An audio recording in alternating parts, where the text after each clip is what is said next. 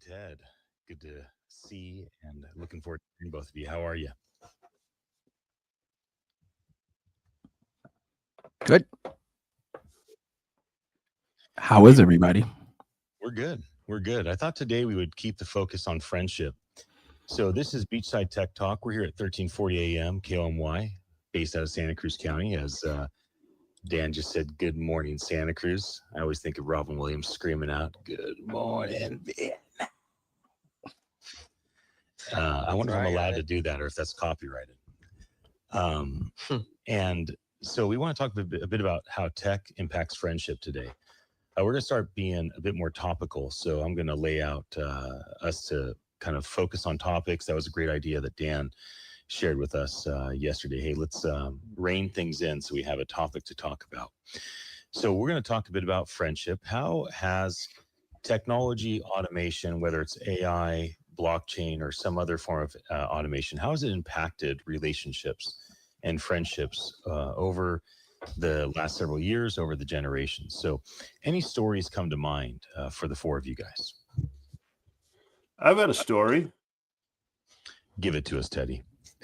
Well, one, I'm so glad we're talking about this because, you know, to me, this is, if we can solve this problem, we'll, you know, if everyone in the world can be friends and treat each other with the respect of friendship, you know, we'll solve a whole lot of problems.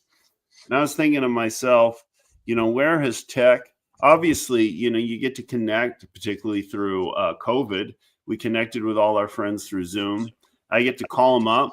My kids, who are also my friends, are in Portugal right now, hanging out with their family there. And I get pictures. I get to talk to them.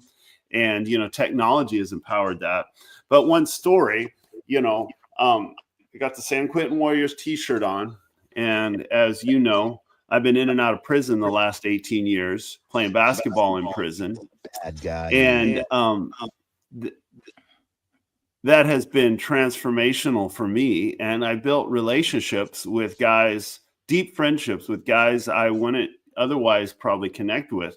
Now, going to prison, that's not necessarily technologically driven.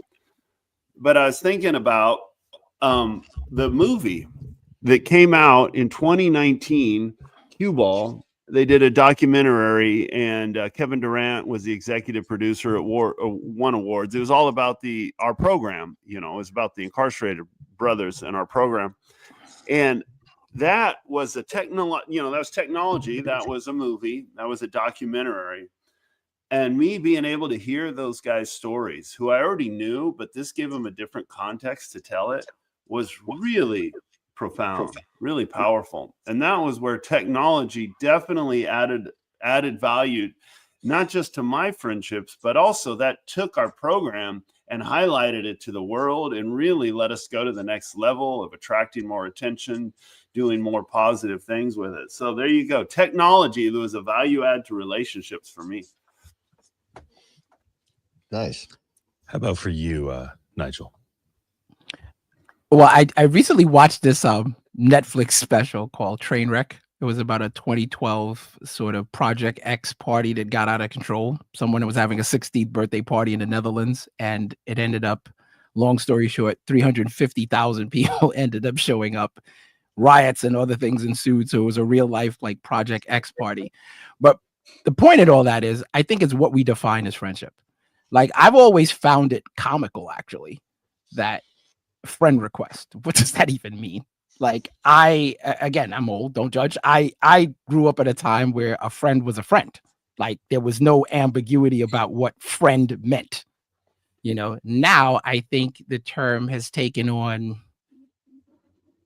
various definitions, depend on how, you know, people could say internet friend, you know, pick a modifier if you would. I just still choose to, I look at friend as friend. If you're my friend, then you're my friend. It's a real thing. It's very, very specific, and I take it very seriously. I think technology has bridged a gap in our ability to communicate, to be acquainted, but I don't think it's done anything for friendships per se, beyond connecting people that are further away that would have happened anyway. And the fact is, I think when you have a true friend, you always just pick up where you left off. But that's just my thoughts on it. Mm-hmm. Yeah, that's awesome, Nigel. I tag in with you there. I think that there is a connection though that can be made, tech and friendship. Now, I think that as you were able to use it, there's automation that comes in for like maybe reminders of events. You maybe usually you together with 1, 2, 3, 4, 5 people that.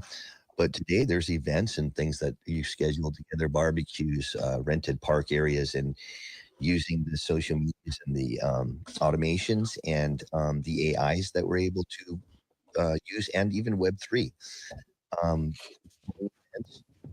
contact, it creates more frequent meetups and it's fewer missed events. So I think we're able to locally as a community upskill our friendships, because usually we're in groups of 5 and we bring those, we all know each other anyways. The 4 or 5 become 15, 20. So I think the new tech's helping us in that area. I'd like to ask the blanket question of what is the definition now? Like, because it's completely changed, like Nigel was saying, over the idea of a friend in social media. What would you define the word friend as? And I get it that there's multiple definitions as well. The question we want to answer is, what type of friendship do we want to have? Well, aren't they separated? As our friends that we have in a group of personal contact, our local friends, and then our friendships that are outside of area that we relate to through this digital age. There is a separation because rarely are we able to get together to actually handshake, give a hug, spend a moment, drink a cup of coffee with the outside friends. So there's a separation there that it is a little bit different. And that was to dovetail into what Nigel was saying, getting onto our friends as far as on socials and that are outside our immediate direct touch contact. Talk about what type of friendships we want to have. We have to define friendship for each of us ourselves. So I want to have friendships where I feel seen, valued, and important in someone's life, and vice versa with the same person. So I want to be in friendship, or in community, or in relationship with people where I see them, I value them, and they're important in my life. It goes both ways. Certainly, it's not following somebody on Facebook or a transactional relationship. The question is, how has technology empowered these types of relationships to thrive? When I was younger, we still had pen pals. People would literally write letters to one another back and forth. So we no longer have that. We now have the ability for people to communicate video, audio, written, any format we want. People are now building friendships with, anonymous personalities. When I first met Nigel, he was the gratitude champion, and we built a legitimate friendship with each other when he was. He what? Wait, whoa. I knew Nigel. Oh, the gratitude. So, yeah, what other thoughts do you guys have on stories you've heard around friendships being cultivated because of technology? Well, one of the biggest challenges we have that we've got to figure out how to solve is, like technology or whatever, the human capacity, the human brain, it's 100, maybe 200 people you can actually have a relationship with that is you're interacting with regularly. And if we can figure out ways to build empathy beyond that, and empathy and trust is a huge factor. I mean, I have friends in my friend circle who I have met online.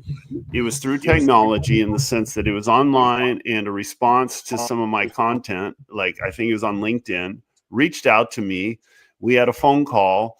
we've never met in person yet, but we've built a really deep relationship. And he's one of my really cool friends I think about a lot. We connect regularly and add value to each other's life. That's totally empowered by technology. But if we can figure out how to interact, and the stranger is not the other, it's not the outside, but we have a trust relationship, that to me is something that I guess that's maybe a future thing, although there are precedents in the past, but a technology that's going to help us really do that, as opposed to, like Nigel was saying about Facebook friends. Is there any trust relationship? That person might be an amazing person, but is it just shallow? Is it just transactional? And does our technology platform incentivize trust, depth, integrity, or does it incentivize shallow connections? Yeah, it ties into things like dating apps as well. Yeah. That changed lives in some way. Yeah, and there was so much pushback of dating apps, but now it's kind of the new normal, and it really meets a big need in society. Hold that thought, Eddie. Hold that thought. We'll be right back here at 1340 KOMY. Holding it. Elbows wide.